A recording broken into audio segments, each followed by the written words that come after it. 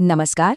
तो चलिए बिना किसी देरी के आज के इस बेहद दिलचस्प एक्सप्लेनर की शुरुआत करते हैं। आज हम एक ऐसे विषय पर बात करेंगे जो सच में विनाश और पुनर्जन्म के शाश्वत चक्र का एक जीता जागता उदाहरण है। हम बात कर रहे हैं सोमनाथ की, जिसे आदि ज्योतिर्लिंग या द श्राइन इटर्नल भी कहा जाता है। ये सिर्फ ईंट पत्थरों से बनी किसी इमारत का इतिहास नहीं है, बल्कि ये कहानी है उस अटूट श्रद्धा की जो बार बार मिट्टी में मिलने के बाद भी हर बार फिर से उठ खड़ी होती है। आज के हमारे इस एजेंडा को देखिए। हम पहले ज्योतिर्लिंग की पौराणिक उत्पत्ति यानी चंद्रमा के श्राप से शुरू करेंगे, फिर इसके वास्तुशिल्प के विकास को देखेंगे, इसके शाश्वत होने के सफर और अंटार्कटिका से जुड़े इसके रहस्य को समझेंगे, और अंत में जानेंगे कि इसका हमारे मन की शांति से क्या गहरा संबंध है। तो चलिए पहले भाग से शुरू करते हैं। चंद्रमा का श्राप। इस पवित्र स्थल के बार बार गिरने और फिर से उठने की कहानी को समझने के लिए इसकी इस ब्रह्मांडीय उत्पत्ति को समझना बहुत जरूरी है।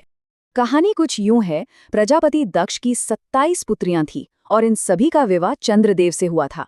लेकिन चंद्रदेव का झुकाव अपनी एक पत्नी रोहिणी की तरफ कुछ ज्यादा ही था। अब जाहिर है इस उपेक्षा से दक्ष को बहुत क्रोध आया और उन्होंने चंद्रदेव को अपना सारा तेज खोने का श्राप दे दिया। जैसे जैसे चंद्रमा का प्रकाश कम होने लगा, पूरे ब्रह्मांड में हाहाकार मच गया। फिर ब्रह्मा जी की सलाह पर चंद्रदेव ने इसी प्रभास क्षेत्र में आकर हजारों सालों तक कठोर तपस्या की और महामृत्युंजय मंत्र का जाप किया। उनकी इस भक्ति से प्रसन्न होकर भगवान शिव ने उस विनाशकारी श्राप को पूरी तरह खत्म तो नहीं किया, बल्कि उसे एक प्राकृतिक चक्र में बदल दिया। वही घटने और बढ़ने का चक्र, जिसे आज हम कृष्ण पक्ष और शुक्ल पक्ष के रूप में देखते हैं। और यहीं से नाम आता है सोमनाथ। सोम यानी चंद्रमा और नाथ मतलब स्वामी, अर्थात चंद्रमा के नाथ। तो सबसे अहम बात यह है कि ये कोई आम जगह नहीं है, बल्कि ये बिल्कुल वही पौराणिक स्थान है जहां चंद्रमा को पूरी तरह से अंधकार में डूबने से बचाया गया था। शिव पुराण में जिक्र आता है कि भगवान शिव ने एक अनंत अग्नि स्तंभ के रूप में प्रकट होकर ये शाश्वत ईश्वरीय वचन दिया था, मैं सोम के नाथ के रूप में यहाँ सदैव निवास करूंगा। और सच में ये पृथ्वी पर शिव के पहले ज्योतिर्लिंग की स्थापना का वो वादा था जो आज भी कायम है। अब आते हैं हमारे दूसरे भाग पर, 4 युग 4 मंदिर निर्माण। ब्रह्मांडीय कहानियों से बाहर निकलकर अगर हम इस मंदिर के भौतिक इतिहास को देखें तो ये हमारे 4 प्रमुख वैदिक युगों के बीतने का बहुत ही शानदार गवाह है। इस लिस्ट को जरा ध्यान से देखिए। ये सच में हैरान करने वाला है कि युगों के साथ इस मंदिर का निर्माण कैसे बदला। सतयुग में खुद चंद्रदेव ने इसे शुद्ध सोने से बनवाया था। फिर त्रेता युग आया तो रावण ने इसे चांदी का बनवाया।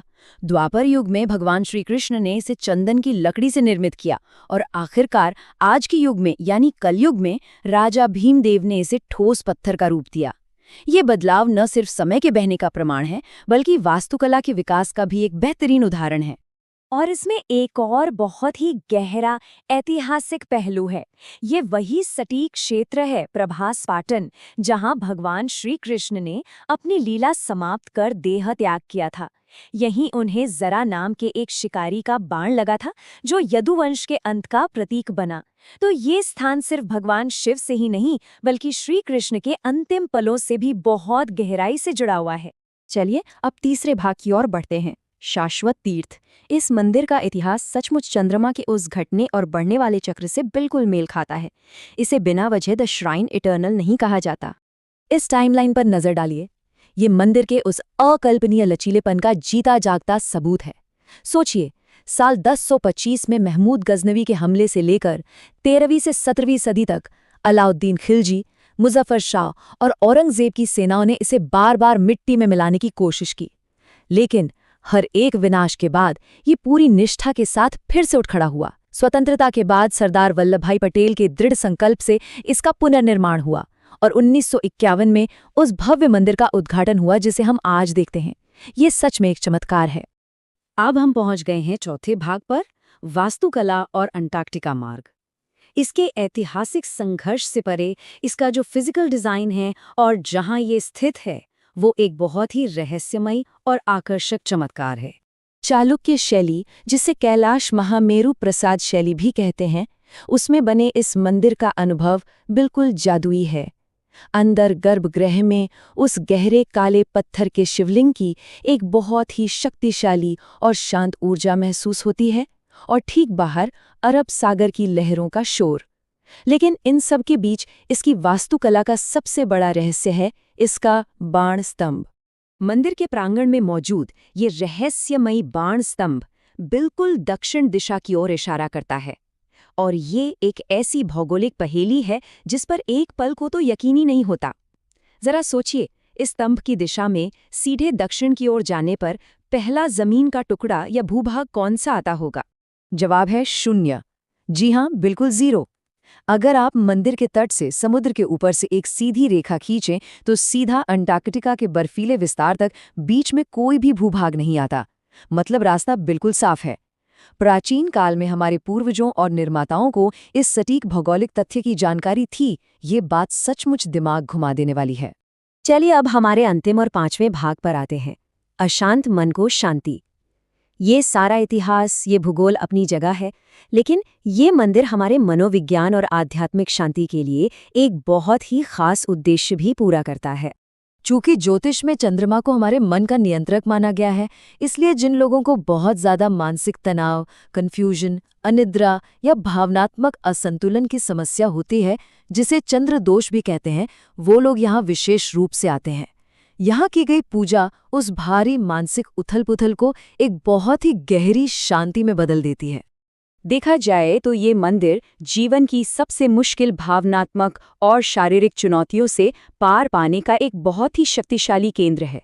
यहाँ की महामृत्युंजय ऊर्जा बीमारियों से बचाती है, वैवाहिक और पारिवारिक रिश्तों में एक संतुलन लाती है, ध्यान लगाने की क्षमता बढ़ाती है, और सबसे महत्वपूर्ण बात, शिव की उपासना हमें अपने अहंकार को नष्ट करना सिखाती है। हर पतन के बाद पुनर्जन्म संभव है। ये एक पंक्ति इस पूरी चर्चा का निचोड़ है। ये एक बहुत ही शानदार आध्यात्मिक संदेश है कि जैसे चंद्रमा घटता है तो फिर से बढ़ता भी है, और जैसे ये मंदिर बार बार टूटकर भी अपने पूरे गौरव के साथ फिर से उठ खड़ा हुआ, वैसे ही हमारी जिंदगी के संघर्ष और परेशानियां भी खत्म होंगी और हम फिर से एक नई शुरुआत कर सकते हैं। तो आज के इस एक्सप्लेनर को खत्म करने से पहले एक सवाल। अगर इस शाश्वत तीर्थ का इतिहास ये साबित करता है कि हर विनाशकारी पतन के बाद एक विजयी उदय होना तय है, तो क्या पता आज भी चुपचाप किसी नए पुनर्जन्म का चक्र शुरू हो रहा हो? सोचने वाली बात है ना? इसी विचार के साथ इस एक्सप्लेनर को यहीं रोकते हैं। ये शाश्वत मंदिर हमें हमेशा यही सिखाता है कि कभी हार मत मानो। हमारे साथ जुड़ने के लिए बहुत बहुत धन्यवाद।